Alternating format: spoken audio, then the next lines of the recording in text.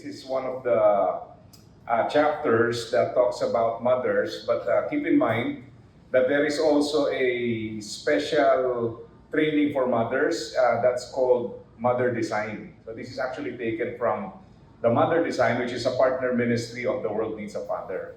Now, before we continue, first of all, we are now at the second to the last session ng The World Needs a Father, and The World Needs a Father is a training movement. So we train people coming from different sectors, no? So churches, schools. In fact, I did several trainings for friends, no? Mga magkakaibigan lang, barkada. Sabi niya, I influenced them before in a negative way, so now I want to give them a gift, a training, no?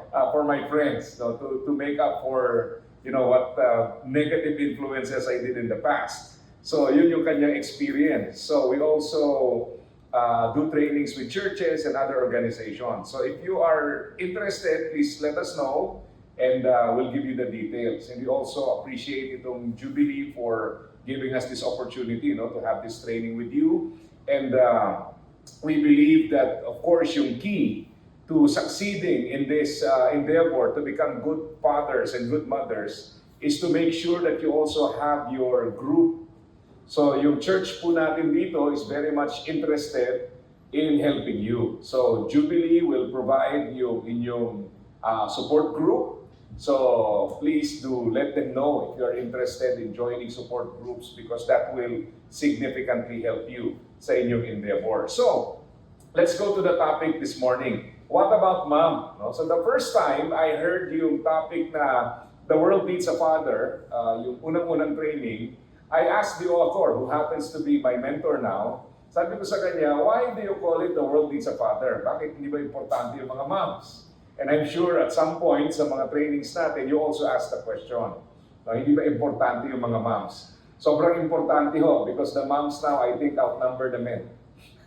No? In The World Needs a Father training. Can you imagine? Pero sabi niya, the problem of fatherlessness is much bigger, way bigger, than the problem of motherlessness. Meaning, in most cases where we have single parents, usually it's the mother who takes care of the children. That's the case. Yan po ang reality. That's all over the world, no? And if you look at the rights of women compared to the rights of men, usually the moms are entrusted with the children in the event na mag-separate po yung husband and wife. Kaya kung mapapansin niyo po, talagang yung problem of fatherlessness is really a much bigger problem than the problem of motherlessness. Now, before we proceed sa ating lesson today, let me emphasize that the relationship between the husband and wife is very important in parenting. Sa mga Tagalog po at Filipino, madalas kong marinig, ewan ko kung sinasabi rin to sa mga Philippine Chinese, yung bang hindi man ako naging mabuting asawa pero mabuti akong ama.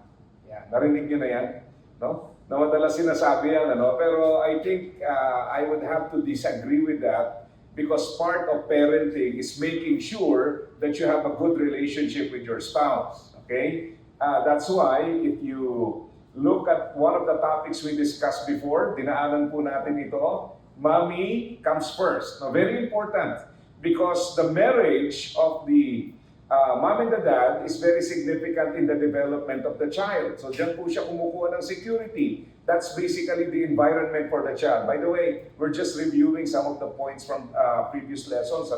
So how we love our children's mother is the first and primary relationship our children observe. So to love our wives well is the core of our children's security. So they grow up in an emotional security complex when they know that daddy will never leave mommy, and dad and mom will find a way to settle their conflicts, and dad and mom have a total commitment to respect, comfort, and love each other. So that's the challenge for parenting. We have to make sure that our relationship with our spouse is also a growing and healthy relationship. So tamang-tama yung follow-up nating, yung inyong hello, love again and again and again. No? So tamang-tama po yun. Kasi if you strive to become a good parent to your child, it will not work well if you do not strive to develop a good relationship with your spouse. So foundational yan eh. Kaya importante po yan sa pagpapalaki sa ating anak. And then, another thing that I want to highlight before we continue, yung challenge po to be at number 4, to become authoritative parents. No? We always say that parenting is a journey, and because it is a journey, it is important to locate yung ating position dito po sa ating quadrant and to journey towards number 4. Now, for those who forgot this already, or maybe this is the first time you see this, let me explain. So we have two important factors, control and love. No? Notice that if you give everything to your child, everything they want and everything they need, nandito po tayo sa permissive. So high on love, low on control. Permissive parents are fearful parents. Ano ulit ang tawag sa bata na lahat nakukuha? Letter S? Swerte. Hindi pa rin nakuha ngayon. Ayun, spoiled talaga yun. Spoiled talaga. No, hanggang hindi yun po na ko yung joke, ano? So, anyway. So, swerte nga naman sa tingin ng bata. Pero actually spoiled, no? Ang interesting po sa spoiled, positive actions and yet producing negative results. Di ba? Positive actions. Binibigay mo lahat ng gusto niya, lahat ng kailangan niya. These are positive actions. Now, we ask the question, why does it produce negative results? And the reason is because aside from giving them what they want and need, they also need control. So, ibig sabihin, yes, we must give them what they need, but not everything they want. Importante yun. So, that's control. And we will explain this later. And then number 2 are neglectful parents. They are forsaking parents. So, low on control, low on love. Now, I explained this before. It does not necessarily mean that the parents are actually neglectful. Sometimes, may mga cases po that they love their children very much, but they are not that expressive.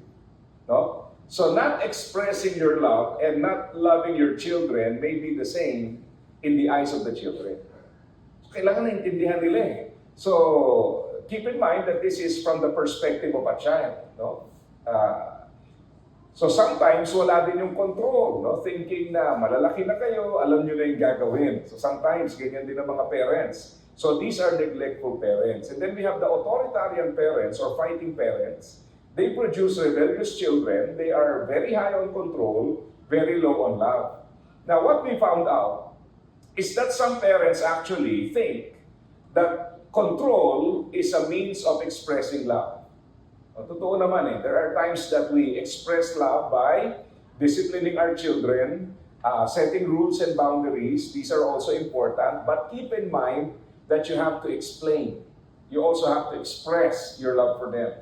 Otherwise, when they don't feel they are loved, they will become rebellious. Kasi ang highlight palagi is control, control, control. In fact, the Bible tells us, Hebrews 12, di ba? If you remember, God Himself said, if I discipline you, I treat you as my legitimate children. Di ba? Yung discipline is an expression of love. But we're not used to it. Tama? In fact, I would say, even in my personal experience, yung discipline po is very tricky because it takes maturity many times to appreciate what has been done to you in the past.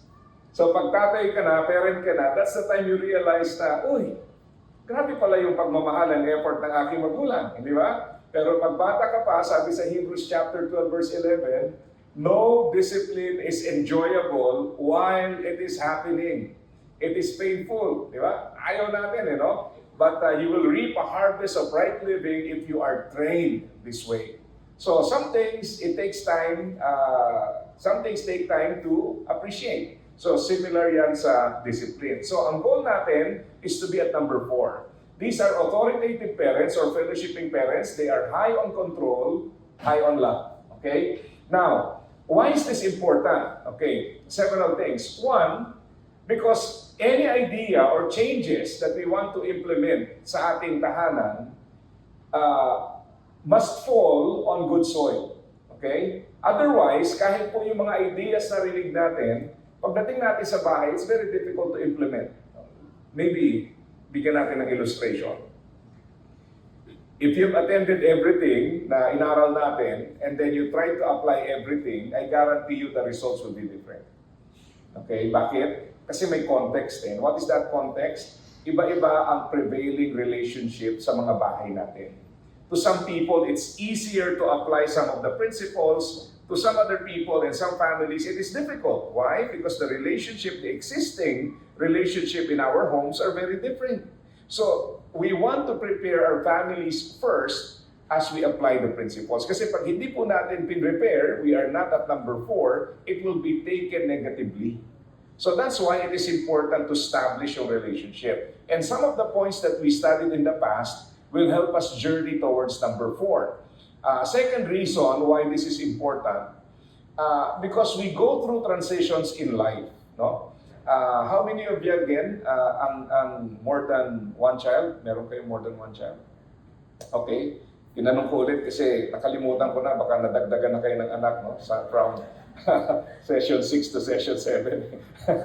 So anyway, ito po importante, no? For each child, we cannot say we are number 4. No? Iba-iba eh. Siguro may mga anak tayo na similar sa atin ang personality, so easier to get along with. So maybe mas madali tayo sa number 4. Maybe because of their season or age, it's easier to be at number 4. But as we go through changes, seasons, ayan na, this is a moving target. So we have to strive, no, to find out. Halimbawa, one of the things we noticed, marami po sa mga fathers, when you talk to them about parenting, they will always tell you that during the younger years ng kanilang anak, they are very much involved. Maraming mga fathers po, no, they have given their testimonies na sila yung tagapalit ng diaper, taga-alaga, taga-buhat, sa mga iba tagapagpaaraw pa ng anak, no? So during the younger years, now nag-struggle sila because what they notice is pagdating po ng teenage years, we call that the peer impact years. Pag meron ng conflict, pag yung bata po is now going through that season na meron na siyang desire for independence, and then yung fathers are not good at reconciling with their children, once na nagkaroon na ng conflict, doon na po nagkakaroon ng distance. They do not know how to reconcile, how to reach out. No? So, ang nagiging problem po, maybe you started well as an authoritative father or mother, pero pag may conflict na, if you do not know how to resolve the conflict, maybe from number 4, you go down to number 2, or maybe you go down to number 3. Di ba? So, ganun nangyayari. Kaya yung mga seasons po, they affect our placement dito sa quadrants natin.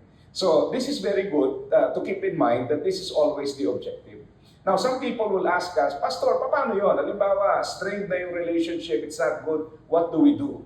Well, we always recommend, ito muna, unahin muna natin yung relationship. Don't talk about the issues. No? Halimbawa, I mentioned this before, yung wife ko, sabi sa akin one time, labas kayo ni Bea, yung panganay namin. Kausapin mo siya about a certain issue. Well, lumabas kami, very obedient naman ako, no? But we did not talk about the issue. So pag uwi, guess what? Ang tanong ng wife ko, napag-usapan nyo.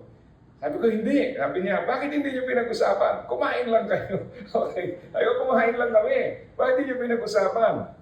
Sabi ko sa kanya, kasi ayokong i-associate ng daughter natin na every time na yayayain ko siyang lumabas, ang nasa isip niya, papagalitan ako nito, naghahanap lang ng magandang venue. Okay? So ayaw ko ng gano'n. So I found out that it is easier to talk to your child at home, okay, pag nag-invest ka sa relationship niyo. It does not matter kung lalabas kayo o hindi. Ang importante is if you have a good relationship, kahit sa bahay, kahit sa kotse, habang nagdadrive papuntang school, we can talk about the issue. Bakit? Kasi nag-i-invest ka sa relationship, you spend time with them. Now, if you don't spend time with them, it's very difficult to correct them. Di ba? In fact, one statistic showed, this is based on a POP survey, it showed that the average father will spend about 20 minutes per day interacting with the child. Yung talagang actual interaction. Hindi yung kumusta lang, hindi yung magkatabi kayo habang nanonood, hindi yung sabay kayong kumain, but actual interaction. Now, the sad reality is this. 70%, more or less, of that 20 minutes, hulaan nyo, saan napupunta? Sermon, pinapagalitan, sabi ng mami mo, sabi ng teacher, sabi ni yaya, di ba? So imagine, ano? So one time, I tried to challenge that statistics and then tinanong ko yung mga attendees.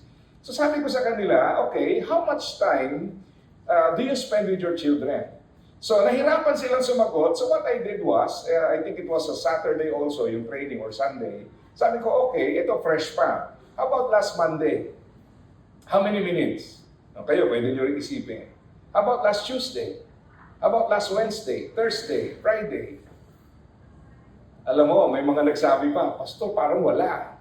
Okay? So sometimes we assume that because we go to the same house, ang assumption natin, we actually interact. But if you try to count the number of minutes na talagang merong interaction, you will be surprised that in most cases, less than 20 minutes pa. And we are not very intentional. And again, the sad reality is most of the conversation centers around correcting the child. So can you imagine, meron po akong isang company na pinupuntahan, I try to help the HR to change yung kanilang image. No? Bakit? Kasi ang sabi sa akin ng company owner, sabi niya, Pastor, ang problem namin dito ganito. Pag sinabi mo, halimbawa, kayo yung worker, sinabihan mo yung kasama mo, tawag ka ni HR, kung kayo po nasabihan ng gano'n, ano yung feeling? Pagagalitan ako, ano na naman ginawa ko? Sabi nila, wala pang sinasabi, ang nasa isip kagad, ano na naman ginawa ko? Di ba? Yung kagad. So, sabi ko sa kanila, sabi ko sa HR, sa palagay niyo bakit? Sila na rin po ang nagbigay ng sagot. According to them, because the only times we call their attention is for correction. Nakita niyo yung point? So sabi ko, why not change that? Gulatin natin para ma-heart attack, no? Pinatawag ka ni HR, bakit? Meron daw commendation sa iyo. O, di ba? Naiba naman ngayon. So sabi ko, and then invest on that, and then time will come, maiiba yung image because you interact with them, you involve with them, you talk to them, not just give them memos, di ba? Sometimes memo na lang parang hindi na tao yung kausap mo Memo-memo na lang. So sabi ko, talk to them. Maybe may pinagdadaanan. Maybe you still have to penalize them, but what if, aside from penalizing them for their wrongdoings, dagdagan natin ng konti, pray for them. So they would see, trabaho lang ito. Concern ako sa buhay mo, kaya lang, meron tayong rules, we have to apply the rules. Pero ayokong maulit sa iyo ito, so that's why, help me to help you. O, di ba napabago yung image ng company? So that's good for the company. Now imagine sa tahanan natin, pag sinabi tawag ka ni Daddy, ano kayang feeling? Tawag ka ni Mami, ano kayang feeling? Ito kaya, tawag ka ni Mrs. Ano kayang feeling ng mga husband, no? So, di ba? Kasi nga, most of the initial feelings that we experience is based on previous encounters and interactions. So, lahat po na iyan will create those things na nabubuo sa isip natin. Kaya again, that's why it is important na dito tayo. Kasi if you do not go to number 4, ang magiging problem natin, the more difficult parenting will be. Kasi ang nasa isip natin kadalasan, parenting is about teaching the child. Yes, it is about teaching the child, but it's also about positioning yourself, okay? Putting yourself in the right position that you can be the most effective teacher to your child. Most effective parent to your child. So, mahalaga po ito, okay? So, ito pa, isa, no? You remember this one? This is also very important, no? Ito yung tinatawag po natin from 0 to 11. We call this the home phase. Kasi dito po, what you would notice, yung mga anak natin, mami, daddy, ang palaging sinasabi. Pero pagdating nila ng 12, no? They transition to the peer impact stage. Now, itong season po na ito, they are developing socially. So what you would notice is that there is a drastic change in their behavior. No? Napansin niyo yun? Kung dati ikaw lagi ang bida, ikaw ang kasama, ikaw hinahanap, pag nakita ka sa school, proud na proud, tumatakbo pa palapit sa'yo, pag dito, tumatakbo, palayo na sa'yo. Okay? Ayaw ka nang makita, nahihiya na. Bakit? Kasi nga, they want to develop yung independence, and sometimes, when we see them, halimbawa sa context na kasama yung friends, ang feeling nila, I am not achieving my goal to become independent. So, kaya po nagkakaroon ng ganung problem. Now, why is this important? Kasi po, this season is formative, and you must take advantage of this season kasi ito yung season na malapit ang kalooban nila sa inyo. Yeah. No? Yesterday and the other day, yung son ko, sinama ko sa retreat. No? So, 6 years old. Ano yan? I always make it a point. Yung daughter namin, when she was younger, ganun din. Sabi ko, mag-speak ako sa Bicol, we will take the bus, sama kita.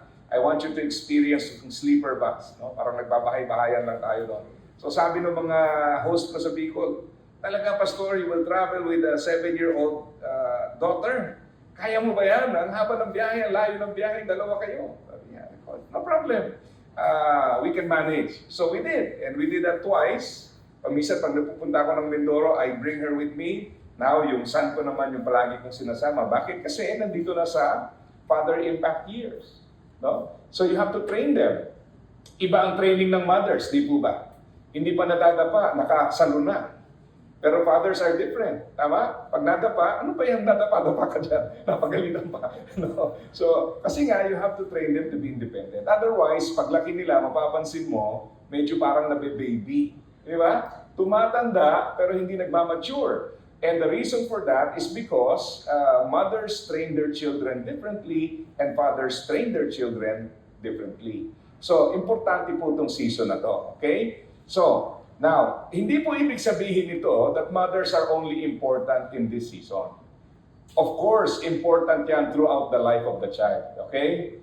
Baka sabihin nyo, graduate na kayo pag 6 years old na. And fathers are not only important in this season, but what we are saying is that there is a season where your presence is most needed at ito po yan. Talagang you have to be there and present sa buhay ng iyong anak, especially in those seasons. So let's go to the roles of the father. So the first one is a father establishes moral authority. So concept ng right and wrong, and the father must become the authority figure in the home. Okay? Especially now that we have so much confusion because of the internet, because of children being able to access materials na they think they can learn on their own, and sometimes yung father figure nawawala. And a lot of families now, if you look at the Bible, we undermine the power of the home to shape the life of the child.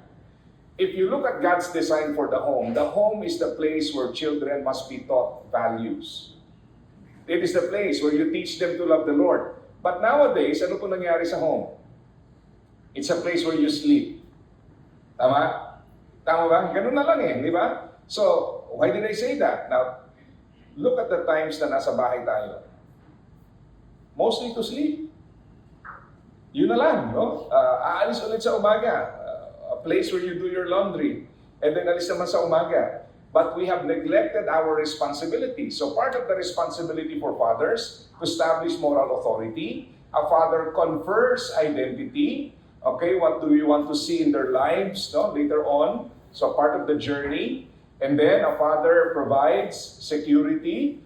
This is about making sure that children see the parents as approachable, especially yung fathers. So it's about walking the journey from fear to love. And then a father affirms potential. So this is the opposite of correction. Correction are important, but keep in mind that affirmation is much better. So affirmation, it builds bridges. Hindi ba tayo din, pag palagi na lang hinahanap yung mali nyo, you create gaps Tama? But if you affirm, you create bridges. So affirmation is much better. Okay, having said that, let's go to the roles of the mother. So what about mom? Yeah. So mga fathers, masyado na tayo nabugbog.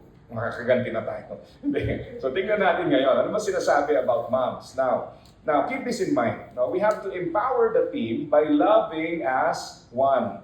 Now, what we've noticed is that most of the problems in parenting are rooted in marriage.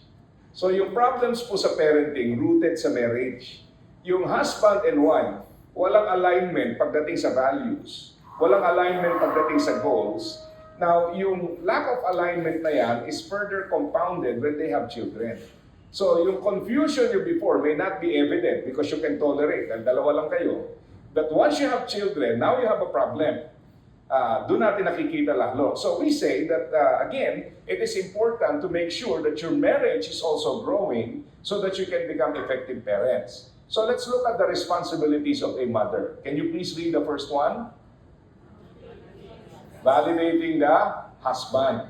Now, as I said, meron po kaming training, the mother design, but we don't give that training to mothers if the husbands have not undergone the world needs a father training. Why? Because you cannot validate your husband if he's not a good husband. Tama? Ang hirap naman yun, no? Yung father tamad, you validate. Okay. So, paano mangyari yon? So, we have to make sure that we train the husband. And then, imparting intimacy to the children, and we will discuss this one by one. Nurturing and caring for the children. Maintaining the social networks. This is not Facebook, Instagram, hindi po. When we say social networks, yung relationships ng children, and we will discuss this. And then being the primary homemaker. I've attended this session in one of our trainings in South Africa, and the way I look at homemaking is very different. No? After I attended the training, sabi ko, grabe pala to, and we will talk about this later. Okay? So tingnan natin. So, validating the husband. So the influence of the mother on the firstborn child is critical in influencing the other children. So the first follower should be the wife, and then yung firstborn will become the peer impactor, and then the rest will follow. No? Kasi if they notice that the wife has a good relationship with the father, yung eldest son will also find it easier to submit. Now, usually, ang nagiging problem po natin is that in most cases, the mothers discredit the husband or the father. Bakit? Madalas nating marinig yan. In counseling sessions, I always say to the wives, do not discredit your husband in front of your children. Kasi minsan, yung tatay mo kasi pinabayaan to, yung tatay mo kasi ganito ginawa. Once you discredit the husband, yung effectivity niya as an authority figure also diminishes. Tama? So imagine, halimbawa, nakakita tayo ng policeman, siniraan natin yung policeman, so anong respect meron yung anak natin for the policeman? So ganun din pagdating sa tahanan natin. So if we have differences, settle it privately rather than talk about them to your children in a negative way. If ever you must talk, do it constructively. Yan, very important yan. I noticed that with my parents. Yung parents po namin are not perfect, but they agreed not to correct each other in front of us. So we grew up, nakakala namin, hindi sila nag-aaway. Only to find out later on, nag-aaway din pala sila as they confessed. But they agreed that they will never do it in front of the children. Why? Because you basically discredit yourself when you do that.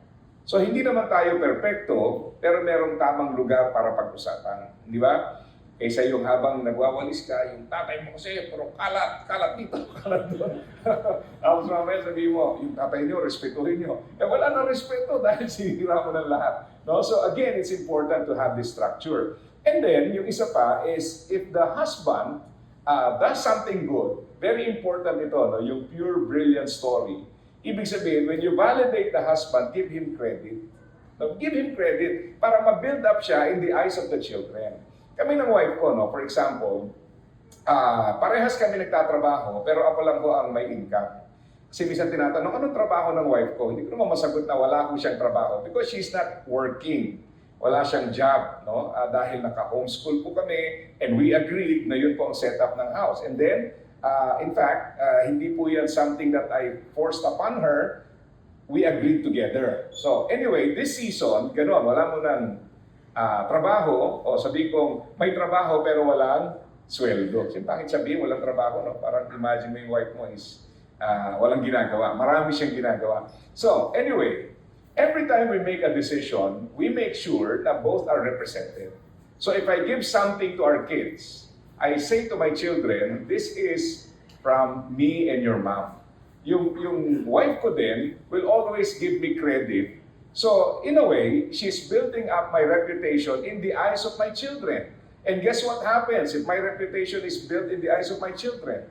My authority does not diminish. Hindi yung pag-absent ako, kung ano-ano pinag-uusapan nila sa akin, and then when I come back, they expect me to be an authority figure. Of course, it will not happen that way. Bakit?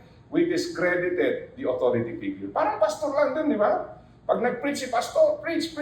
Bakit di natatransform? Kasi pagkatapos, ay si pastor, ako wala yan. Walang kwenta si pastor. Di ba? Niro-roast natin si pastor after ng service. So what happens? He loses authority. Bakit nawala yung authority? Because instead of appreciating the word, we discredit the person.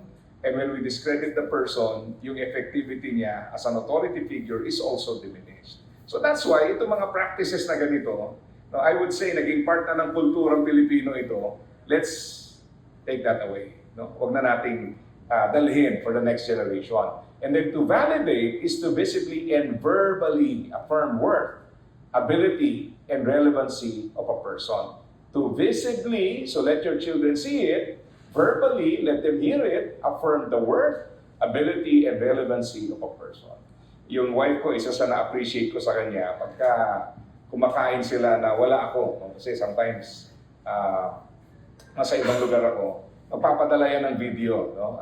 Daddy, thank you for working so hard, no? Allowing us to live a comfortable life. So yung mga anak ko, naririnig nila yan. So that's a way of affirmation. So I feel better, although sometimes you feel sad you're not with them, but you feel better because you know na although physically you are not with them, they know your presence impacts their lives. So yun po ang challenge noon. Kaya validation is important. Now, the Bible emphasizes the value of validation by submission in the family context in Ephesians 5. Now, sa Ephesians 5, this is a very familiar passage. Hindi po ba sabi ron, wives, submit to your husbands as unto the Lord. Tama ba? O, napunit na yung page na yun. Nandun pa, no? Now, we always tell the husbands, do not weaponize that verse. Because some husbands will use that verse and use it as a weapon against the wife, to silence the wife. Now, keep in mind that what that passage is telling us, wives must submit to the husbands as unto the Lord. Now, yung husbands naman must love the wives as Christ loved the church. Now, ito po ang isang malaking problem pagdating dyan. Usually, we want our spouse to deserve if you're a wife, your submission, or for the husband, for the wife to deserve his love for the wife. Kaya nagiging unhealthy yung marriage eh. We want our spouse to deserve our good actions. Kaya nga ang sabi ng verse, as unto the Lord. Because your husband is not perfect. Tama po ba? Ang daling sumagot, may napa-amen pa. And the wives are also not perfect. Mas maraming amen? Hindi. Konti lang. Okay, takot. Okay, now, because they are not perfect, there will be times that they will disappoint you. Tama? There will be times that they will not meet your standards. But what the Bible is telling us is that don't do it because they deserve it. Respect them, submit, love them, husbands, love your wives, because the Lord demands it. So, imagine if I respond to my wife only, if I respond positively to my wife only if she deserves it, paano mangyari sa marriage? She did something wrong, I will respond in a negative way. She did something wrong, she contributed to the unhealthiness of the marriage, I responded in a negative way, I also contribute to the unhealthiness of the marriage. Nakita niyo po yung problem? So habang tumatagal, what happens to the marriage? It becomes more and more unhealthy because one party, the other spouse, did something wrong, you responded in a way that also contributed to the unhealthiness of the marriage. So in the long run, wala nang health yung marriage. Kaya nga sabi ng Bible, not because they deserve it, but because the Lord demands it. As unto the Lord, as Christ loved the church. So, kung meron siyang hindi ginawang tama, well, you may not deserve this submission, but I will do it as unto the Lord. So I will take a step forward to make sure that the relationship is restored and it is healthy. You get the point? Parang hindi, no? Parang ayaw niyo. Okay, yeah. So very important po yan, ano? Kasi yun nga you cannot genuinely validate your husband if you do not agree with what the Bible says, no, about our responsibilities. We do it as unto the Lord. Very important yung phrase na yun. Last week, I officiated a parang reaffirmation of wedding vows, no? 25 years. Ibang-iba ho dahil Nakapagkasal ako ng bagong kasal pa lang, yung ikakasal pa lang. Ang palaging emphasis nila yung kilig factor, no? Gusto nila yung mga sayaw-sayaw pa, trending TikTok, kanya. Pero ito sabi, hindi, Pastor, we've been married for 25 years, wala na kaming interest sa ganyan. Ang gusto namin yung solemnity ng marriage because now we know what is truly important. Sa mga una palang ikakasal, ang mas importante is the ceremony. The wedding, not the marriage. Sa matagal ng kasal, alam niyo na ang mas mahalaga is the marriage. Hindi yung ceremony lang. Although importante rin yan, but of course, yung preparation is more for the marriage. So, bottom line, ito po yun. Sinasabi sa atin ng Bible, as Christ loved the church. Now, Paul is calling us to love the other gender in the language that the gender understands. Interesting, ano? Women need to feel loved. Men need to feel respected. Kaya para sa lalaki, if you respect them, that's a good expression of love. Now for the women, you love them. Now, yung love na yon, it must be sacrificial. So meaning, hindi sinabi na wife, submit to your husband, na yung wife is a lesser person compared to the husband. That love should be satisfying love, meaning you must know the needs of your wife and then satisfy those needs, di ba? Kaya napansin ko nga yung mga wives, no, every time na halimbawa nagsasabi sila sa husband ng mga problems nila, what I notice, no, maybe the wives can validate this. Usually when you share your problems to your husbands, it's not because you do not know the solution.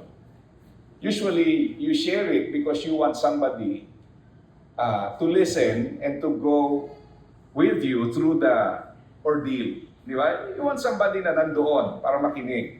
Kasi in most cases, matatalino naman yung mga misis, hindi naman talaga sila believe dun sa solusyon ng husband. Gusto lang nila ng kadamay, no? There was this video na nakita namin, yung wife, sa video na yon, may pako dito, may pako. Ngayon, sabi ng wife, I have this headache. Yung husband keeps on pointing to the nail. Pag tinanggal natin yan, wala na yung sakit ng ulo mo. Pero yung wife, galit na galit sa husband because yung husband keeps pointing to the nail. Yung wife naman is trying to express her feelings. Ang gusto niya lang marinig sa husband, bear with me, listen to me, go with me through this experience. Eh yung husband, ang palagi niyang gusto, let's solve the problem. Kaya pala, no, magkaiba yung design. So women need to feel loved and men need to feel respected. That's why the Bible says, wives, submit to your husbands, and then husbands, love your wives as Christ loved the church. In fact, if you love your wife as Christ loved the church, you will never treat your wife as a lesser person. Kaya yung iniisip ng iba, ganun ba yun, Pastor? Hindi. Kasi ang laki ng sinabi sa husband eh. As Christ loved the church. Sacrificial love, it is satisfying love, and yung third one, sanctifying love. It leads to holiness. Okay? So, we need a united front. Ito magandang question po. Ang question natin ngayon is, do you think you have a united front in raising your children? Kasi ang naging problem po, as I said, most of the problems in parenting originate from marriage. Nung kinasal kayo, nagkaroon po ba ng alignment ng values? Now, if there is no alignment of values, the problem will become more obvious when you have children. Halimbawa, the Bible tells us, if you're a believer, you must also marry another believer. Now, maybe for some reason, hindi ganoon ang mangyari. So, natotolerate nyo. You go to that church, I go to this church. But when you have kids, ang tanong nila, where do we go? What do we believe in? So, nagkakaroon na ng mga question. Yung what you can tolerate as husband and wife may not be that easy to tolerate when you have children. Nako-compound yung problem. So that's why we need a united front. So the mother and father should be united, should have a united front in deciding on the moral environment for the children. Be careful not to critique each other in front of the children. So kailangan po very clear yung standards natin. In fact, I think now more than ever, this is very important. Sa panahon po kasi natin ngayon, it's really very confusing. You have the internet, you have influencers, di ba? You have social media. So lahat ng ito confuses the children as to sino ba talaga yung authority figure. Now, add to the problem yung husband and wife, father and mother, who are not aligned pagdating sa kanilang values. So that creates a problem pagdating sa kanila, di po ba? So it is important to have that. Then be united by the transferal and interpretation of faith. So the most important principle for a child to learn is the principle of obedience. So make sure na very clear, no? Ano ba yung ituturo natin sa bahay, and we agree how to pass it on to our children, how we interpret the Word of God. So, mothers generally have a better pulse of their children's struggles and emotions. Is this true? Yes, no? Mas alam nila eh. Kaya nga paminsan napapansin ko, no? Yung non-issue sa akin, parang issue sa wife ko. No? May mga times na pag pinagalitan ko yung mga bata, yung wife ko yung naluluha. Bakit kaya, no? Because she is more emotionally connected with the children. Ang naging kapalit naman noon, sabi niya, paminsan, pag masyado ka namang emotionally connected, hindi mo naman mapagalitan. Kaya sabi niya, minsan, sa'yo lang nakikinig yan. So talagang dinesign kayo to be present together. Bakit? Yung partnership na yon enables you to become good parents. Kasi yung isa is the authority figure, the other one understands the struggles and emotions of the children. So fathers generally have the bigger picture in better focus. Yan. Kaya nakakatawa daw yung fathers, ano? Yung maliliit na bagay, hindi makita-kita, no? Kahit sa bahay, no? Yung mga items na tinago, hindi mahanap-hanap, no? Because they see the bigger picture rather than the small details. Okay? So be united by the transferal and interpretation of accepted values. So the father's role is to confer identity, including the family values. The mother's role is to translate these values into practical terms. So we set the values, we agree as a family. Now, how do we put this into action? Yung interaction sa bahay. I mentioned before, no, part of the lesson we will study later, yung homemaking. I told you about our TV, no, yung television namin dati. May nagregalo po sa amin ng TV na hindi masira-sira, no? Talagang sabi ko sa wife ko, nag-sale eh. Nakita ko sa online. Sabi ko, naka-sale, mura na ito. Dati yung 32 inches, standard yun eh, malaki na yun. Tapos mahal. Ngayon sabi ko, 32 inches is how much? Murang-mura na, kaya na natin to. In fact, ang tagal-tagal na nung TV na to, palitan na natin. Sabi ko, hindi masira-sira. And finally, siguro answered prayer na rin. Nasira. No? Nakalipat na kami ng bahay, pa rin yung TV namin. Hindi masira-sira to, hindi na bagay dun sa nilipatan natin.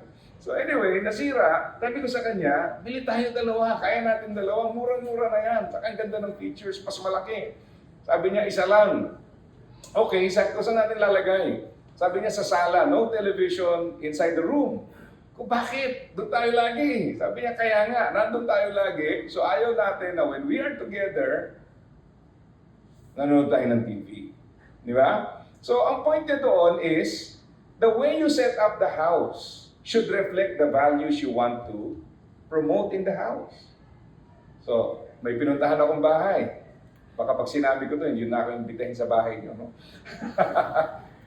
We knock around ako kasi pinag-pray ko yung bahay. Ang laki ng gaming room, no? One big room for yung TV na malaking-malaki. Tapos yung kanilang console, grabe, no? Talagang kala mo nasa showroom ka. But then again, nung natutunan ko to, sabi ko, will this promote good relationship in the family or will this distract the family?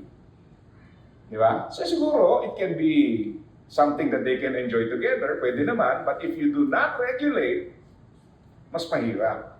Now, we're not saying na mali yun.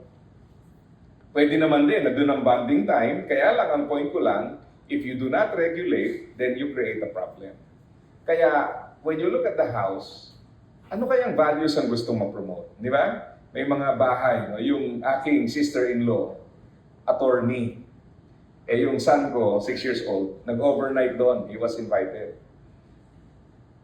Nag-homeschool po kasi yan. Yung wife ko, may lesson sila, sabi doon, ano ang ginagawa ng mga mambabatas? So hindi naman alam ng anak ko, ano ba yung mambabatas? So sabi ni mami, attorney, parang si tita.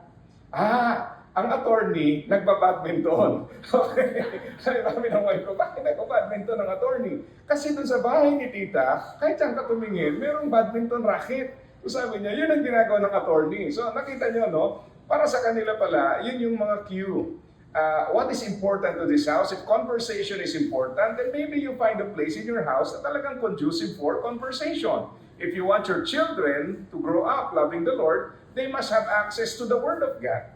They must have a place where they can study God's Word. Di ba? They can have their time to pray. So very important the way we set up the house. Sabi ko nga, sometimes ang nagiging problem, no, we look at a catalog ng mga furnitures and we base our decision on how to design the house dun sa mga catalogs. What should determine the design of the house should not only be the catalogs, but our values. Does that make sense? Di ba? Anong values gusto nating i-promote? Will this house be able to promote those kinds of values? Magandang tanong yun, no? Magandang setup yun sa bahay. Importante pala yun. Okay? And then, imparting intimacy to the children.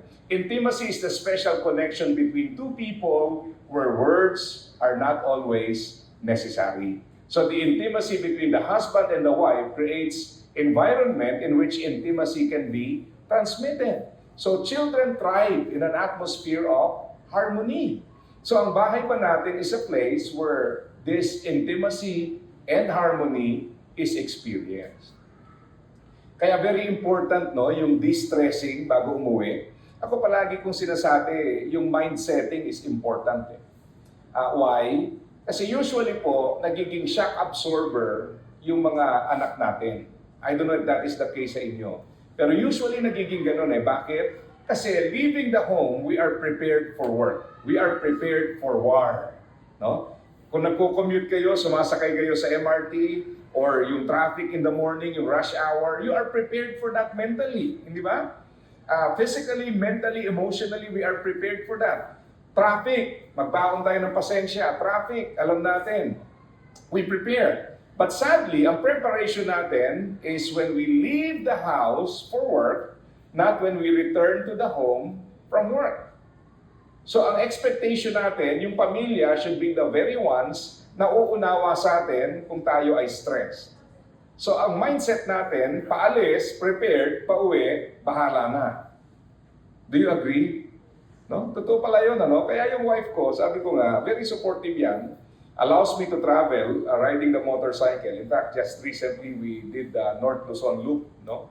So Manila all the way to Apari, Ilocos, pabalik. Basta may rule yan. Ang rules niya, bawal ka umuwi ng pagod. Imagine, nagmotor ka ng 3 days, no? 550 kilometers a day. Rain or shine yan. Pag-uwi, bawal ang pagod. And then, kaya pala, na-realize ko na pag sinabi pala na bawal ang pagod at naka-mindset ka na pag-uwi, I still have to be functional and na-miss ka ng mga anak mo, I still have to engage with them. Pag mentally and emotionally prepared ka pala, physically it will follow. In fact, yung brain po natin is designed this way. Yung design po ng brain, according to neuroscience, it is designed to conserve energy. So meaning, when you do a particular task, at ang nasa isip mo hanggang dito lang yung gagawin ko, beyond that, pagod ka na. Pero notice, pag sa isip mo, pagdating ko doon, may gagawin pa akong iba, notice, may allocation pa rin ng energy. Why? Kasi ang isip po natin, talagang ang design niya is to conserve energy. But when you are prepared and you tell yourself that the work is still not yet done, that my responsibility is not yet over, I still have to allocate energy for other tasks. So pagdating sa bahay, para bang sinasabi ko sa sarili ko, yung body pain, ano lang yan, psychological. Sa takot pala sa asawa, no? Hindi. So there were times, sabi niya sa akin, pag uwi, coming from a long motorcycle ride, ang sasabihin sa akin, ihahatid mo pa yung mga anak sa taekwondo. May ganun pa, no? Kaya naman, no? And then yung body pain, I'll schedule it some other time. Pwede pala ma-schedule, no? So meaning, ang point, yung intimate relationship na yon, for the sake of harmony, gusto mo mag-create ng tahanan na maganda yung relationship, then there is much effort and much work to be done for this to happen. So meaning, before I go home, I must make sure that whatever disrupts harmony, iwanan ko na sa labas. I must come home prepared. So isipin natin, how do I present myself to my family when I get home? Pagod na pagod ako. Stress na stress ako. Minsan isang stopover lang sa Alphamart, bumili ng something for the kids para pagdating doon you can spark yung excitement. Laking bagay na yun, kahit maliit lang, no, yung binili mo. So meaning, if you come home prepared and be creative, pagdating sa bahay, they will be excited to see you and you are also excited to see them. Yung daughter ko po, when she was siguro mga 2 years old, I had to change my schedule. No? Bakit? Kasi there was a time na I wake up a little late. So nagko-computer po ako. Pag bumaba na yan, coming from the room, may pangatlong kamay na pumapasok sa keyboard. No? Yung daughter ko nakikialam, gusto niya talagang pakialaman. So sabi ko, if I work at this time, I see my child as a disturbance to my work. So what did I do? I adjusted my work schedule. Anyway, flexible naman yung ginagawa ko. I wake up extra early, 4 a.m. So by the time she wakes up, yung presence niya is welcome. Bakit? Hindi na siya istorbo eh. Tapos na ako eh. Pero if I don't adjust, pag dumating yan, sa isip, bumababa pa lang sa hagdanan, ako, yari na naman ako. Di ba? Yung son ko, kasi I do some broadcasting din po, nagre-record ako sa bahay. I have a mini studio. And then, aside from that, sometimes may mga video pa. Especially nung pandemic, pinanganak siya 2018 eh. So yung growing up years, talagang pandemic. Nako, nagre-record ako ng video. So, pumasok sa pinto, nasisimplihan ko pa kasi ito lang naman nakikita. Yung kamay ko nakagano'n, no? Diyan ka lang. Lalapit. Siya shout out pa. I have to repeat everything, no? Dahil pumasok siya. Sabi ko, patay. Uulitin ko na naman dahil pumasok. And this happened many, many times. No? So sabi ko, makita ko pa lang yung stress level, no? Parang nandito na kagad. You're trying to smile kasi nasa video ka, pero nandyan yung anak mo, yung kalahati nung stress mo nandito lang sa hindi kita dun sa video. So bakit? Kasi nakita ko siya eh. Now, how I see my child, if I see her as a disturbance to what I'm doing, depends on how I have my schedule. So I said to myself, kailangan baguhin ko yung schedule. Bakit? Para pag nakita yung anak ko, uy, welcome ka. Di ba? Sama ka. Yan. Isa pa, pag naglilinis ng kotse, ako, isa pa yan. Gustong-gustong sumali. Yung nalinis mo na, dinudumihan ulit. No? Sasabunin ulit. So, ang ginagawa ko na lang, I give her something to him, yung son ko ngayon, something to clean para magkaiba kami ng ginagawa. We both enjoy. At minsan, pag medyo makulit na, sinasabayan ko na rin na doon ko na siya pinaliliguan para masaya din siya. No? So, pagkatapos nun, ang dami na-accomplish. Malinis yung kotse, naligo na siya. At masaya kayo parehas. Again, why? Because of harmony. You want to create that atmosphere of harmony because children thrive in an atmosphere of harmony. Now, question. Palagay niyo po ba nai-stress mga anak niyo?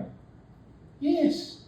Kaya lang sometimes, hindi tayo considerate sa stress nila dahil ang lagi nating naiisip yung stress natin. Nai-stress sila. So if the home contributes to that stress, question, saan ang refuge nila from stress? Maybe it's difficult sa school. Maybe difficult sa community. E paano kung sa bahay? Puro stress din. Wala nang refuge. Tama? So that's why this is very important. Okay? Nagdidikta ho ng travel plans namin, yung seat sale.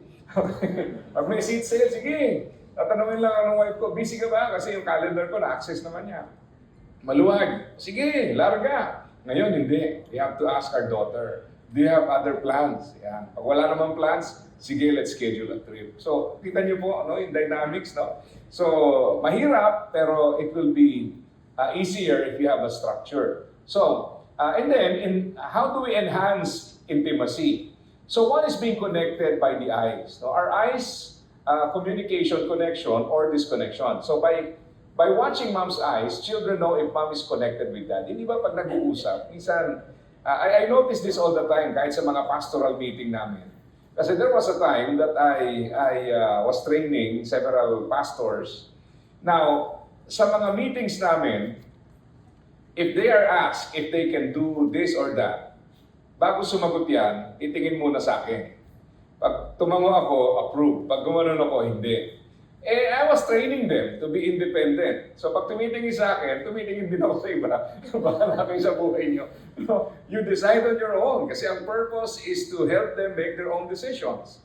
Now, very powerful yung connection ng eyes because basically this shows, no, kung talagang naniniwala tayo sa isang tao through that connection, yung sincerity through that connection, di ba? Kaya if we converse, how do you make the other person feel important? Halimbawa, meron tayong gadget, no, at kausap ka at nag-gadget, do you feel important? No, unless that person is buying something online for you, you feel important. No, otherwise, you don't feel important. Bakit? You feel neglected. You are physically present, but because of the absence of that connection, somehow you feel that that person is not completely engaged, di ba, sa inyong conversation. With the children, it is important. Kasi nasanay po sila na talagang distracted. Yun ang sad reality. Our children are growing up na ang norm sa kanila is the distracted life. Distracted, no? Multitasking all the time. Yan po ang kanilang kinasanayan. That's why we have to change that because that is not healthy for them as well. So, that's one. Next, ito very important din, by sharing wounds which unite. Sometimes, we tend to share only success. Naalala ko tuloy si John Maxwell. Sabi niya, failures are more common than success. So if you only celebrate and come together because of success, ang magiging problem po natin, what if kakaunti yung success? E di wala nating to celebrate. No reason to be together. But bond in weakness. No? So meaning, in times of your difficulties, use it as an opportunity to pray for one another. No? Yung wife ko po right now, sabi nga niya, nag-day off daw siya. Nasa China siya nung Wednesday hanggang mamayang gabi. So solo parent ako ngayon. No? So sabi ko, alam ko na yung feeling. So I had to bring si Jigs to a school retreat yesterday and the other day. Yung isa naman, nasa closing ng school. So, ang daming tasks that needs to be done.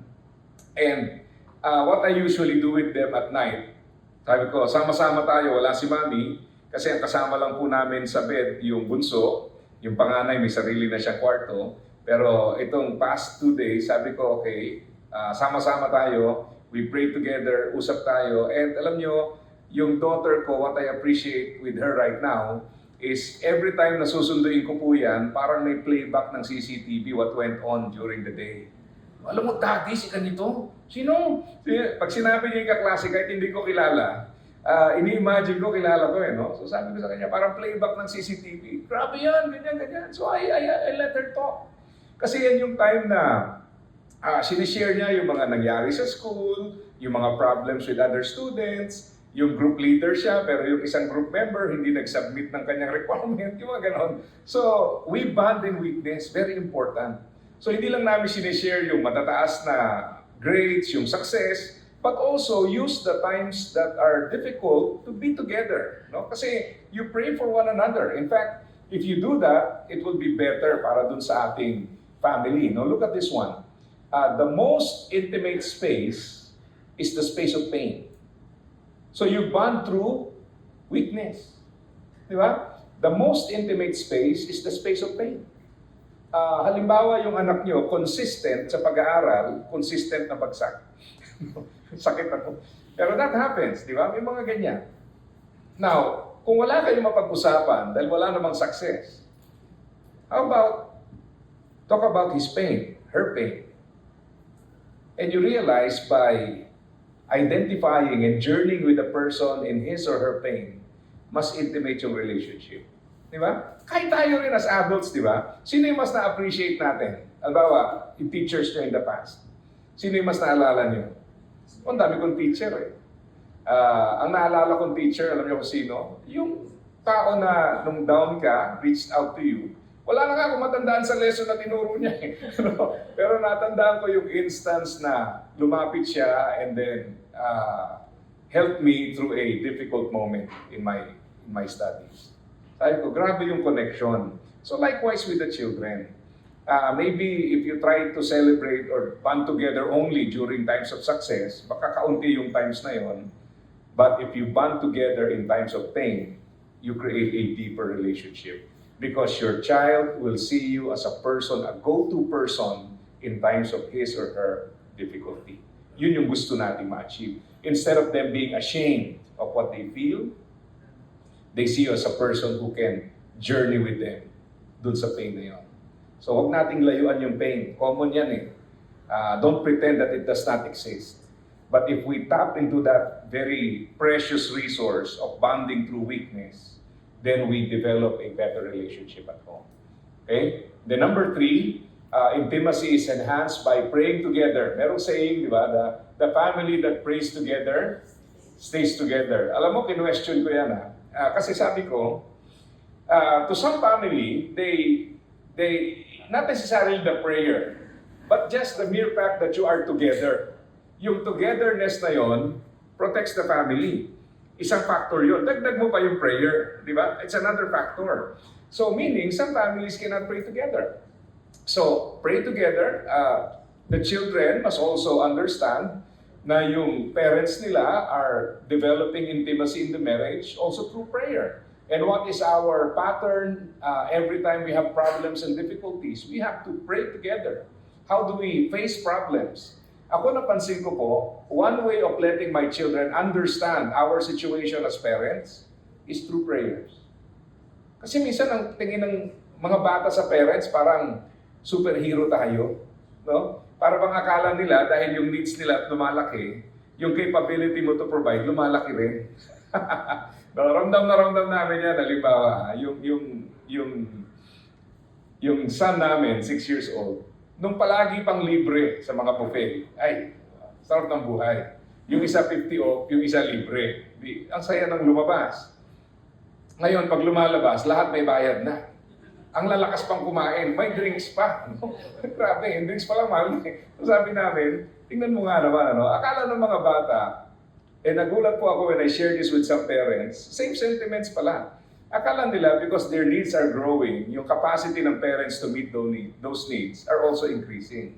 Pero ang reality noon, it's really more and more difficult, di ba, for the parents to meet the needs of the children. Now, kaya nga po, through prayer, we also show our children that we are vulnerable. We need to rely on the Lord. We need to pray to God. We also have our weaknesses. We get sick. May mga fears din kami. What will happen kung in the future ganito? So, minsan nag-create kami ng scenario kasi yung parents ko po, ganun din. Palagi sinasabi ng mother and father ko, paano pag namatay na yung tatay nyo? Sabi ng nanay ko. Kaya biniro ko siya, Nay, bakit? Parang sa lahat ng senaryo, lagi si tatay nauna. Sabi niya, ano? So, sabi ko, hindi, realistic lang, binibiro ko siya. So, ganun kami magbiruan. Pero palagi sinasabi yan, just to show you that the time that we have now is very precious. Let us be realistic. And they're not afraid to show their vulnerability to us. That's why we come to God. We pray to the Lord. So yung mga anak, nagkakaroon ng realistic na tingin sa parents. Yung parents ko pwede magkasakit, pwedeng mawala ng healthy to provide for us, yung capacity to provide, pwedeng mawala. So that's why we rely on God. So very significant po yan. No? And then, by getting in the room of the feeling. Sometimes, ito po ang isang malaking problem. We get involved in the lives of our children by asking them information, but seldom do we get involved dun sa room of the feeling. That's what they call it. Yung room of the feeling is to be able to identify with them. If you remember, many lessons ago, diniscuss natin yung degrees of communication. Yung first one is chit-chat, lowest level. Ano yung tanong doon? How are you? At kahit po anong pinagdadaanan, anong sagot? Okay lang, hindi ba? Kahit ako nga as a pastor, yan ang pinakamalaking scam eh. Pag dinalaw mo yung namatayan, kumusta po kayo? Okay lang. Grabe, namatayan, may sakit, no? Kumusta po? Lahat okay lang. Huwag ka maniniwala doon. Pag pastor ka, hindi mo pa alam na scam yon, you have to go back to seminary. Kasi scam talaga yon. Hindi totoo yon. In other words, kahit sa pamilya natin, pag sinagot ka ng okay lang, huwag ka maniniwala. Kaya nga, lowest level of communication. Without even thinking, it's easy to say, okay lang. No? But if you dig deeper, you realize, may iba pa palang factors. So, So level 1, chit-chat. Level 2 is you get information. Sa halip na, kumusta yung exam? Okay lang. Okay. Baka okay sa'yo, sa teacher mo hindi, bagsak pa rin. So, yung isa is facts. Ano yung score mo? Ayun, ibang level yon. Level 3 is you offer solutions. Level 4 is feelings. Level 5 is transparency. Ang objective natin is at least we get to level 4. Anong feeling mo nung hindi ka pumasa? Anong feeling mo nung nakuha mo yung grades mo at hindi okay? Di ba? Kasi by doing this, we create that intimacy. Instead of them feeling ashamed, ang nangyayari po, nakikita nila yung parents na, willing sila to understand how I feel. Then maybe by understanding how they feel, magiging open sila on how the problem must be solved. So you journey together towards the solution. But if they see us as a person who's not concerned about their feelings, they will distance themselves. Ngayon, kaya ako sinabing mahirap ito because most of us are not raised in an environment where parents actually connect to the child, especially in the area of feelings. Nakita namin problem to eh. Marami pong mga father, especially, sinanay tayo na matapang, na kailangan walang emosyon, no? Yung pala nagiging toxic tayo in the end, no? Kasi hindi tayo nagkakaroon ng connection because of lack of connection sa area po ng feelings. So this is important. And then yung mother and child intimacy. Yung intimacy na to actually begins at birth. You remember one of the things we discussed before, yung sa seasons, we talked about age 0 to 1. Yung bonding moments ng baby after the baby is released from the womb is very important because that will determine if the child will develop trust or mistrust. In fact, according to studies, yung relationship na mangyayari at the moment of birth can impact the child hanggang dumating yung time ng marriage niya. Yung capacity of the child to actually trust a person established and created at the moment of birth. Di ba? You remember the penguin illustration? Bakit yung penguin, isa naman itsura? Pero after pinanganak, yung mommy penguin will leave and yung baby, pagbalik ng mommy, alam niya, ito yung mommy ko. Merong imprint eh. Yung bonding na yun is very important. I'll trust this mommy penguin, sigurado ko ito yung mommy ko. Bakit? Kasi nandun yung bond. Now, ang problem po natin oftentimes, kagaya ng sinabi ko, we now live in a society where we neglect all these important things. So usually po, ang kaisipan, I've talked to a lot of OFW parents, ang mindset po nila, yung mga bata, mas madaling iwanan pag maliliit pa. Thinking na total maliit pa, wala silang matatandaan. Yes, it's true, maaaring wala silang matandaan at that season, but it does not mean that you cannot impact their lives in that season. Yan po ay formative stage, very significant yung presence and intimacy. So this intimacy paves the way for intimacy with the father, family, extended family, and friends. And then, intimacy also protects. So it is so important that the mother nurtures this relationship of trust, transparency, and intimacy with the child. Children must feel free to discuss any problems with their mothers. Total transparency is needed. Ulitin natin ha, total transparency is needed. Ano ulit yung levels of communication? Chit-chat, okay lang, di ba? And then facts, kumusta, anong grade? And then solution, you offer solutions. And then feelings. And then transparency. So meaning, yung transparency na yon, hindi po basta-basta nangyayari yon. If you tell your child, be transparent, it does not happen that way. It takes a lot of hard work for that to happen. So ang hirap, even in husband and wife relationship, napansin nyo? Hindi ba? Usually nawawala yung area ng transparency, but before that, nawawala muna yung intimacy, yung connection ng feelings. Yan po ang problem. Okay? So, defining feelings. Mothers are usually better at defining feelings. Alam mo, isa sa natutunan namin is yung primary and secondary feelings. Are you familiar with that? Halimbawa, you are angry, maybe that's a primary feeling or emotion, or maybe it's secondary. Maybe you are angry because you are hungry. Okay? So, ang ina-address mo is the anger, not the hunger. Di ba? Kaya naging hungry. Okay? So, sometimes naman, you're angry because you are frustrated. You address the anger issue but not the trigger for the frustration. So, kailangan ma-identify yun. No? Kasi sometimes, tingin natin, bakit laging galit? Pero actually, maybe, the reason why is feeling niya, palagi siyang neglected. Halimbawa, if your child is a child that usually expresses opinions, tapos palagi natin kinakat. Di ba? Pag nagsalita na siya ng opinion niya, cut. So, ang nakikita mo is the anger, pero actually, ang feeling niya slighted because of the disrespect. Parang hindi ako pinapahalagahan. So, we accuse them of having these anger issues, pero ang deeper issue that is triggering the anger is not addressed. So, you get the point? Meron parang primary and secondary. Husband and wife relationship, it's very common. Kaya minsan, ang ina-address natin is the secondary emotion, not the primary. So, yung mothers are better at defining feelings because they spend more time and by nature of God's design, they can easily detect this. Kaya very important eh. Kaya minsan, di ka pa nga nagagalit, alam na ng misis mo, magagalit ka. No? Di ba? Bakit? Kasi alam niya, ito, trigger, patungo dito. Di ba? So, ganun din sa mga bata. Very important to, no? Very tricky. Kasi sometimes, halimbawa, pinagalitan mo yung anak mo for being angry. But what if that anger is a reaction to an offense done to the child? Kaya pala siya galit kasi ito ginawa mo sa kanya. So in the end, you offended the child, pinagalitan mo pa for being angry. So lalong nagdi-distance. Bakit? Kasi hindi mo siya inintindi, ni-reprimand mo pa siya for his or her reaction. So we're not saying na tama lang na magalit siya, but find out if this is a primary emotion o ito ba ay secondary emotion.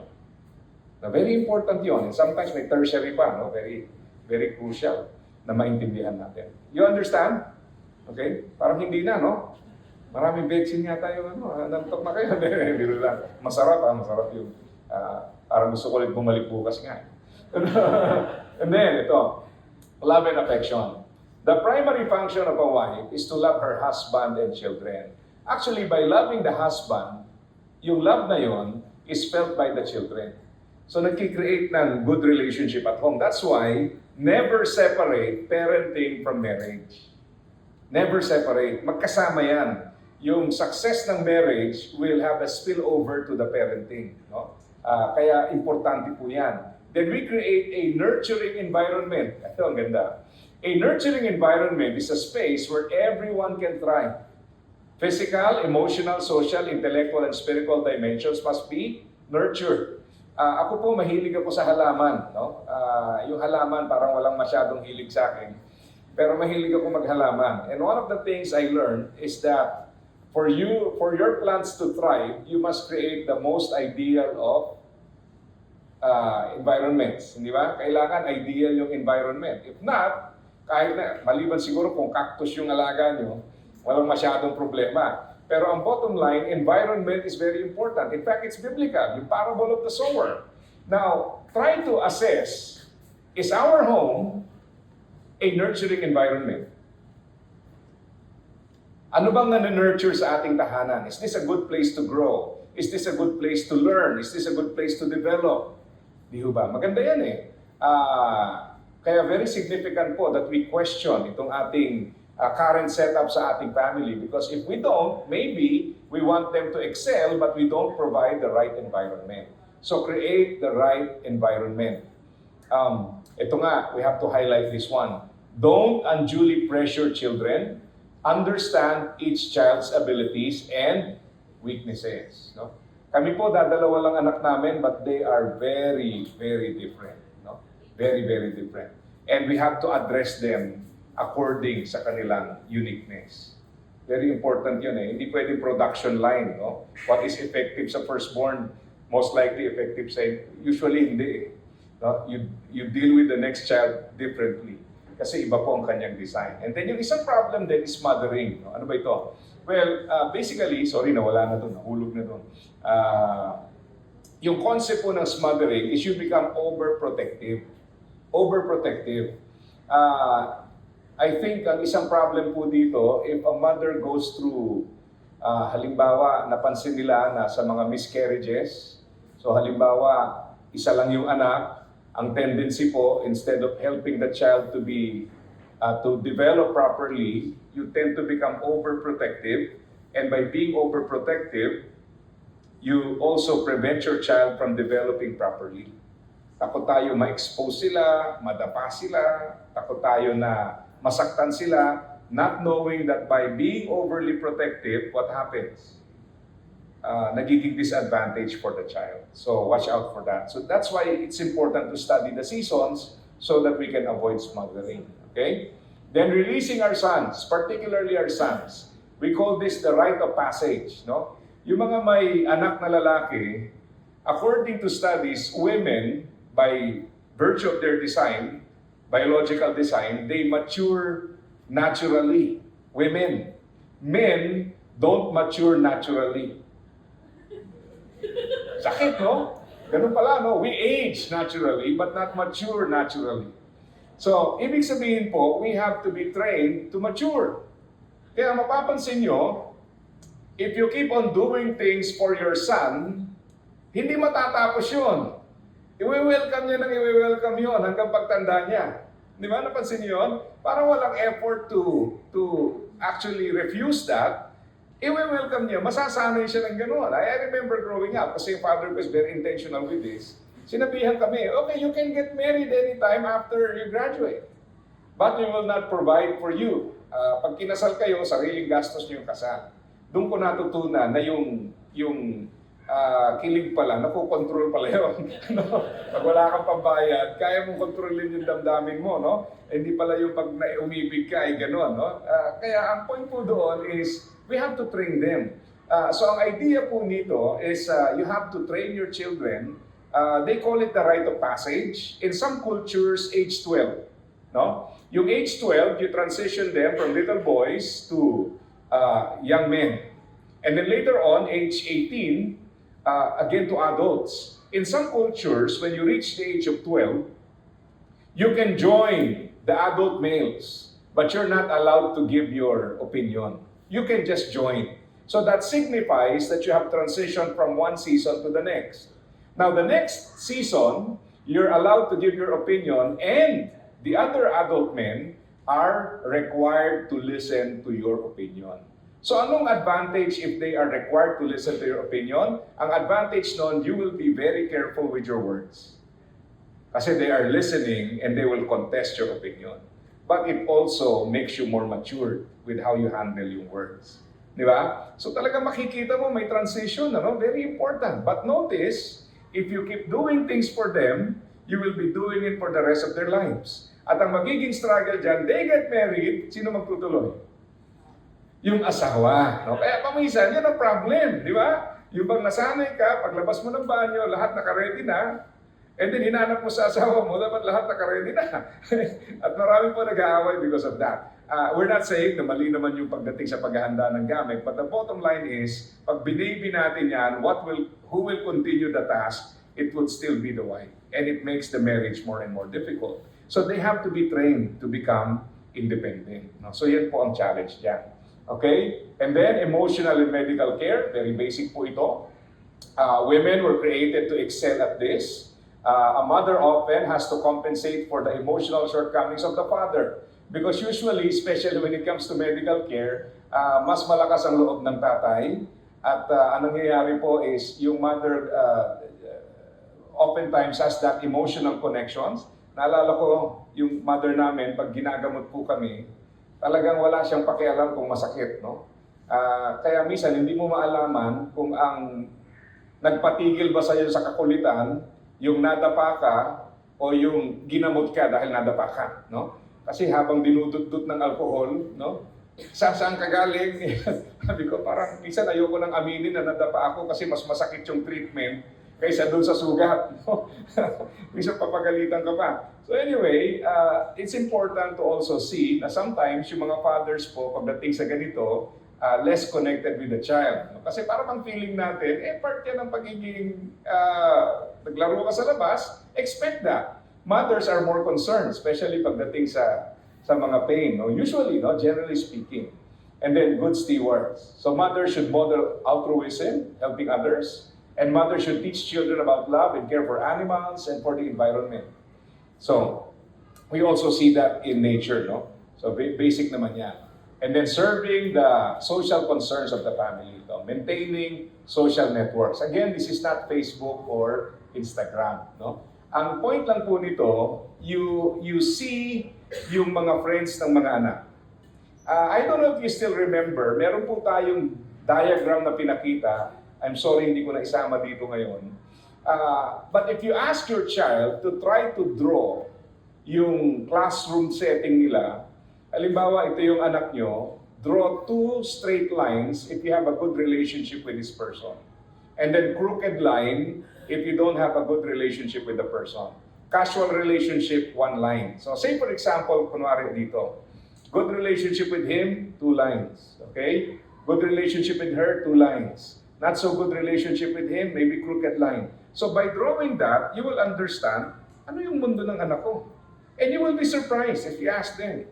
Bakit? Maybe in a classroom na maybe 10 people, marirealize mo, is my child isolated? Wala ba siyang friends? Or lahat ng existing relationship niya, crooked line? You should be alarmed. Kasi ibig sabihin nun, sa perspective niya, kaaway ko si classmate ganito, kaaway ko si classmate B, I have this one, hindi ko kaaway, but the relationship is just casual, 1 line. So by asking the child to draw, okay, pwede niyo ilagay po yung pangalan ng mga classmate, and then ask your child, try to draw a line. If you're good friends with him or her, 2 lines. Casual lang, not your enemy, casual lang relationship, 1 line. But if you think hindi kayo okay, crooked line. Tingnan niyo po kung anong findings makikita niyo ron. You will be surprised. Kasi maaaring sa perspective niya, wow, everyday pumapasok ako, ganito yung environment ko. Yung mga tao hindi ko kasundo. Imagine yung stress. Wala tayong idea, no? Na ganun pala. So, ibig sabihin po, if you sense na yung son or daughter ninyo, meron siyang very close friends, yun, gusto niyong alagaan yun. And then maybe you can create activities wherein yung mga crooked lines will become either 1 line or 2 lines. Halimbawa, mga birthdays, di ba? So use those events. No? Anong pwede kong gawin? Knowing now na ito pala, puro kaaway ng anak ko, okay, what can I do to improve the relationship? Maybe they don't understand my child. Maybe it's my opportunity to share with them about the struggles of my child. Maybe it's an opportunity to just reach out to them. Baka meron silang perception about your child that you need to change. So, simple lang eh. Hindi ba tayo rin minsan sa work, pag meron kang hindi makasundo, masama ugali, tapos nalaman mo may mga pinagdadaanan siya, from crooked line, what happens? It becomes more crooked.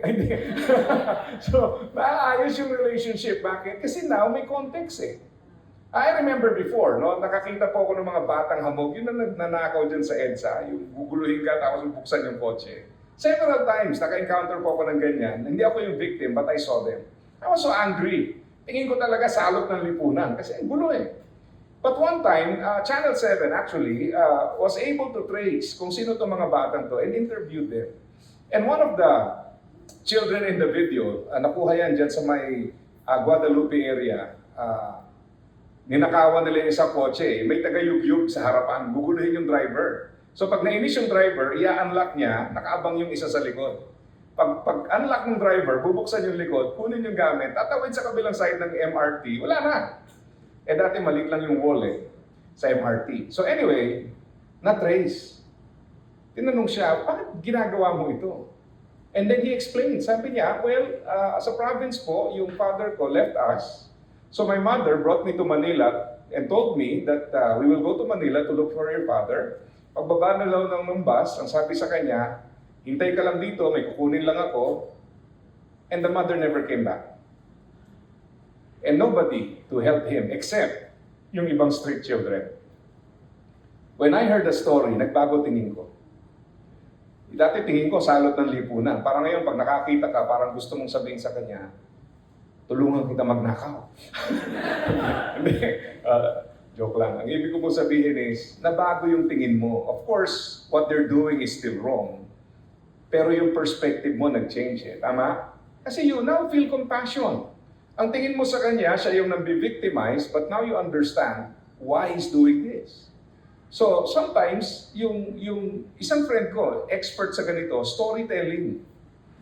Halimbawa, isang group na casual yung relationship or tense, storytelling lang, no? Just share your life experiences. And the more you realize na meron pala kayong connection, same experience, same likes, same dislikes, etc., yung connection improves. So, pag tinignan mo yung graph na yon, drawing ng inyong anak, and for children now, it's easy kasi maliliit lang yung classrooms, di ba? So ask them, write the names of their classmates. Simple lang yung activity.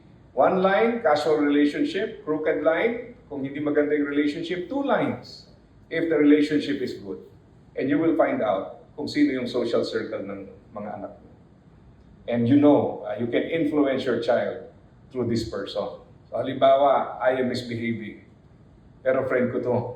Maybe my parents can work through him to influence me. So, titingnan nila, pabaitin ko lang to, babait yung anak ko. Hindi lang. But nakita nila na ito may connection, maybe we can help them to become better dun sa relationship. So, alam mo ngayon kung how to manage yung iyong anak. So, very important, no? Very important yan, yung social networks, no? To understand that. And then, influence the children's social skills. So mothers have a great opportunity to observe and cultivate social skills of children. And mothers should create an inviting atmosphere for children's friends. Yeah. Kasi usually yung mga mothers po, sila yung talagang, I'll prepare merienda, dalhin mo yung mga kaibigan mo, okay? And by doing this, you also influence the friends. Kasi sometimes po, nagiging problem, ewan ko, yung mga anak nyo ba nagpapaalam, nakiki-sleep over sa kaibigan? Di ba? Minsan, laging hindi pwede, wag, bawal. Why not invite them? Sila naman matulog sa inyo. Okay? So, that way, you have more control. You have more influence. And maybe, it's an opportunity to also share your family values to their friends. Di ba? Ang hirap kasi palagi sila umaalis, uncontrolled environment yun para sa'yo. But if it's the other way around, it's a more controlled environment. Pati yung influence natin. And then, yan. So some of these are very easy. No? And then, ito yung homemaker. Yan. As I said, sobrang laki ng bagay po na change sa akin when I understood homemaking. No? Kasi dati, akala ko lang, ligpit-ligpit lang, ayos na yon. Pero later on, na-realize ko that the home is a place where you also nurture your values. Importante, no? Kaya what you put in your home, ano man nilagay natin dyan, how we design our home, very important eh. Sabi ko nga sa wife ko, kasi yung daughter nga namin is 14 years old, yung son namin is 6 years old, so hindi pa kami makapagkaroon ng bahay na parang pang showroom. Di ba? Yung pag tinignan mo, maayos lahat.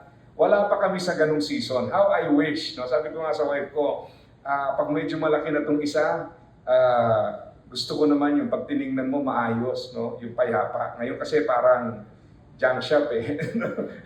Magulo pa. Bakit may maliit pa eh? Hindi ka rin pwede mag-display ng kung ano-anong mga salamin dyan, mga naka-frame. Bakit? Kasi mamaya may iahagis, pag tinamaan, laglag, basag. No? Mag-aaway lang kayo. So, at the moment, yung season po ng aming anak, if we try to create a home na ang design is not conducive for the children, then yung home na yon will be stressful for them. Para kang nagdala ng bata sa Toy Kingdom. Di ba? Lahat gusto pakialaman. Eh ngayon, ang tingin niya lahat sa bahay, lahat yan toys. Kahit na importante sa'yo. So walang i-display na gano'n. Kasi wala pa yun yung season eh. Maybe sa next season ng anak mo, you can do that. Or maybe in your next life in eternity. That's the time. Sorry. Kung talaga hopeless na rito, no? When you're in heaven, you can experience that. Now, ang bottom line is, make sure that the home is conducive for the values that you want to promote sa ating mga anak. Very important pala, no? Kaya kami din, yung anak po namin, mahilig sila sa sports, yung bunso, lalo na. So, naglalagay kami ng mga activities na the moment na maisip niya, Daddy, iiwanan yung gadget, play tayo nito. No? Ngayon naman, ang style naman niya ngayon, dahil nagta-taekwondo siya, pag nanood siya ng video, pinanonood niya mga taekwondo tutorial. Siyempre, kailangan niya ng sparring partner. Di ba? Minsan nagbabasa ka, yung hawak mo yung kickpad, no? Sipa ng sipa. And then, ang dami niya tinatry, no? Kahapon, sinumbong sa akin ng ate niya, meron siyang ginagawang reverse kick na medyo advanced na for his age and level. Sabi ng ate niya, Daddy, nasabihan ni coach yan. May natutunang move na bawal pa sa age niya, baka ma-disqualify. Pang-advance na daw yun. Sabi ko, yun yung pinapractice namin. No? Napanood niya sa video. So sabi ko, hayaan mo lang. Ako, skill naman yun. Just tell him not to use it during the game. At least yung skill level tumataas. So, ganun po yung setup. No? Yung bed namin, nandun siya, kasi yun yung soft na cushion. And then hawak-hawak ko yung kickpad and he would do that almost every night. No? So, bonding moment na rin for him. Now, to have a house na medyo maayos-ayos, na pag lumipad yung kickpad, may tatamaan, it will create tension. So, might as well, sa pangarap lang muna. No? Time will come, gaganda rin yung bahay natin. Pero sa ngayon, ito muna. Okay? Kasi ito yung season nila. You get the point? Kasi tayo magkaiba ng season, di ba? You want to invite friends over, ayaw mo yung makalat, ayaw mo yung magulo. Kaya lang, yung season naman ng anak mo, talagang season ng kalat eh. So anong gagawin natin, no? So usually pag may friends, kaya na lang tayo sa labas. Magulo sa bahay. O kaya I created another space dun sa taas where we can invite them over. Pero dun lang sa taas. Kasi nga, we use the other space for our children. So bottom line, when you talk about homemaking, it's making sure that it is conducive for the values you want to promote. So if the values are unclear, hindi rin magiging clear how you set up the home. Di ba? What things do you have to throw away, discard? Anong klaseng space ang gagawin natin dito? Usually naman, ang issue dito, hindi naman yung design lang talaga ng bahay, kundi what we put in. Okay? Marami bang distraction? You want them to maybe grow and become more spiritual? Do they have a place where they can pray, they can read the Bible, they can listen to Christian music? Is the Word of God accessible to them? So, dapat, kung naisip natin yan, set up the house in such a way. So, ito maganda, no? Several reminders.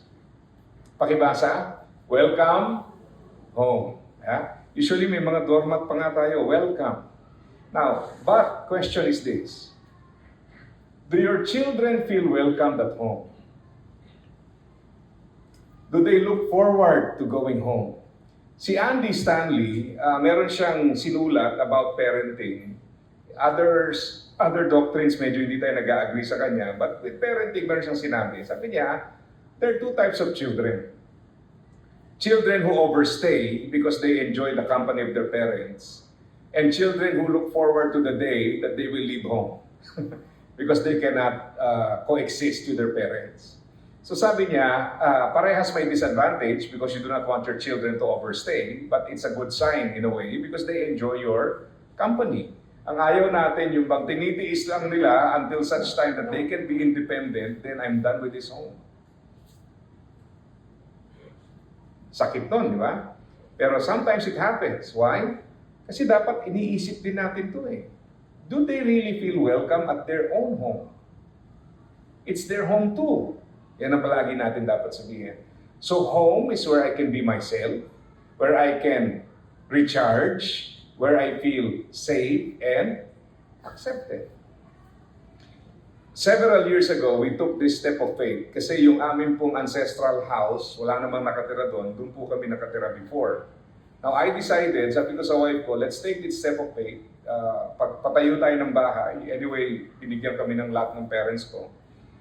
So, nagpatayo kami. Sabi ko sa wife ko, why now? Bakit hindi later? Because I want our children to have memories sa bahay natin. So that this building na papatayo natin, itong bahay na to, will be something they will appreciate, tatatak sa memory nila kasi dyan sa hagdanan nila na yan, dyan sila nahulog, dito sila nauntok. Diba? These are good memories na pag binalikan mo, natatawa ka na lang kasi Pagbalik mo sa bahay, when you touch the walls, parang naiisip mo, dito nangyari yung mga, di ba, in growing up, it gives you memory. So I want them to have something na gano'n. Kaya we took that step of faith, na bata pa yung anak namin, we decided na, sige, patayin tayong bahay para maayos. Bakit? Kasi ang purpose po namin is, this is where they will grow up. Kaya lang, sadly, as I said, pag hindi po maayos yung ating relationship at home, they can pretend to be somebody else at home. Bait-baitan. Okay? Or, instead of being recharged, ano nangyari po? Dito sila nagkakaroon ng tension lalo. They don't feel safe and accepted at home. So, welcome home is a very important thing to consider. Fun and games and mother's food. Yan, di ba? Ito lalo na, no? Yung luto ni nanay na hindi kayang pantayan ng asawa kahit anong mangyari. Yung wife ko nga, ginagaya yung pagluto ng spam. Luto ng nanay ko. Sabi ko, pati ba naman yung spam, may iba pa bang luto dyan? Pero yung paghiwa daw, iba yung hiwa ng nanay ko sa hiwa niya. No? Kaya isa po sa pinag-awayan namin, hindi naman away, tampuhan, nung bago kami kasal, yung pahamak na spam. No? Ang mother ko po pag nagluto, makapal yung hiwa.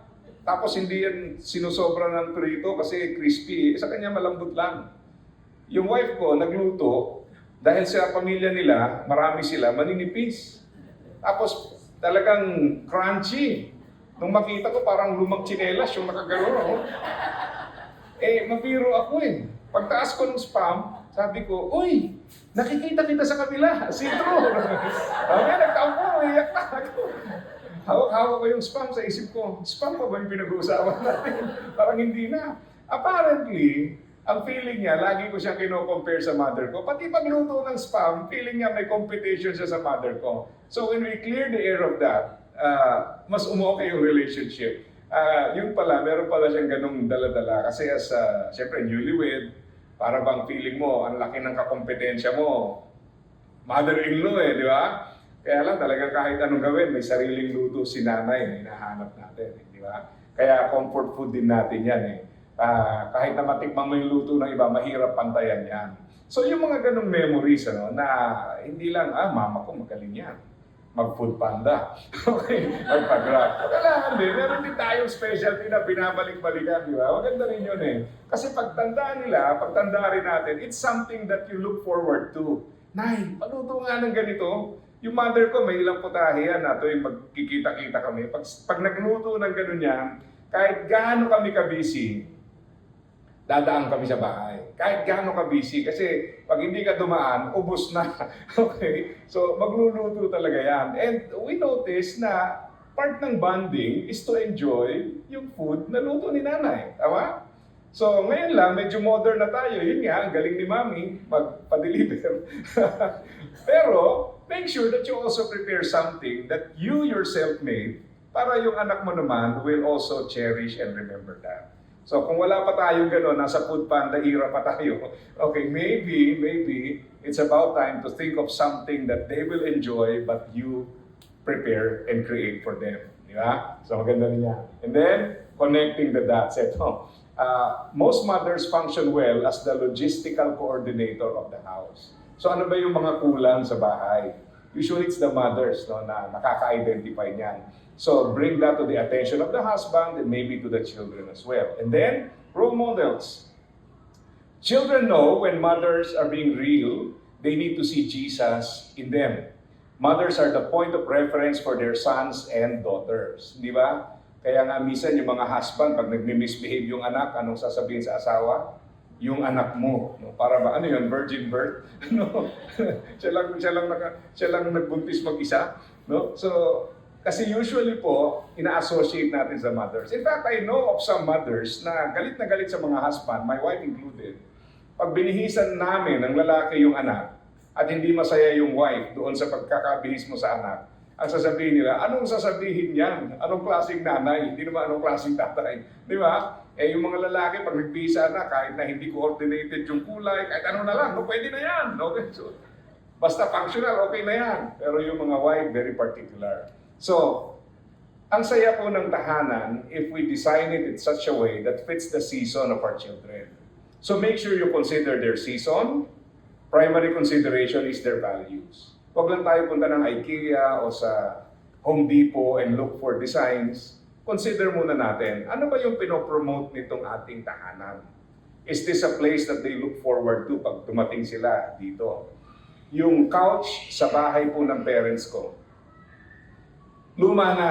Pero every time na mahigaan namin yun, mamaya naghihilik na kami, no? Sabi ko, akala ko ako lang. Yung brother ko ganun din, no? Mas malakas pa yata yung hilik kaysa sa akin, no? Bookingin ko na. Pag nahiga doon, talagang tulog. No? Sabi nila, ano ba meron sa upuan na ito? Na pag nandito tayo, tulog tayo. No? Talagang paghiga mo, tulog. Siguro yung feeling ba na you are safe in this place, and then sa tagal mo nang hinihigaan yun, yung katawan mo kumorte na dun sa, di ba? Parang kayo din pag nasa church, no? Every week doon kayo nakaupo. Kaya pag sa iba kayo upo, parang hindi komportable kasi hindi ka hubog ng katawan nyo. So ganun din sa bahay, no? Merong mga ganun na mga nuances. And these are important. Because that is what makes home feel home. Yeah? Ito yung bahay namin. I feel rested in this place. Ito yung lugar kung saan ako lumaki. And it brings a lot of memories. Kaya yung homemaking is more than just fixing things, arranging things. It's about creating a conducive environment where the values that we want to teach our children will be learned and where they will be promoted. We can practice these values in our homes. Kaya sabi ko nga, gustuhin ko man na may bahay na medyo organized na, but this season, not yet, no? Maybe in the coming seasons, pwede na. But at the moment, hindi pa. Why? Because our home, it's not just my house, it's also the home of my children. And we must consider each other's welfare doon sa setup ng aming home. Okay? So that ends our discussion this morning.